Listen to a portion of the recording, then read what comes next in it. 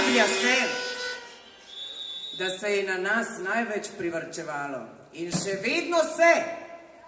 Zdaj pa je čas, da varčevanje na naših plečih ustavi se.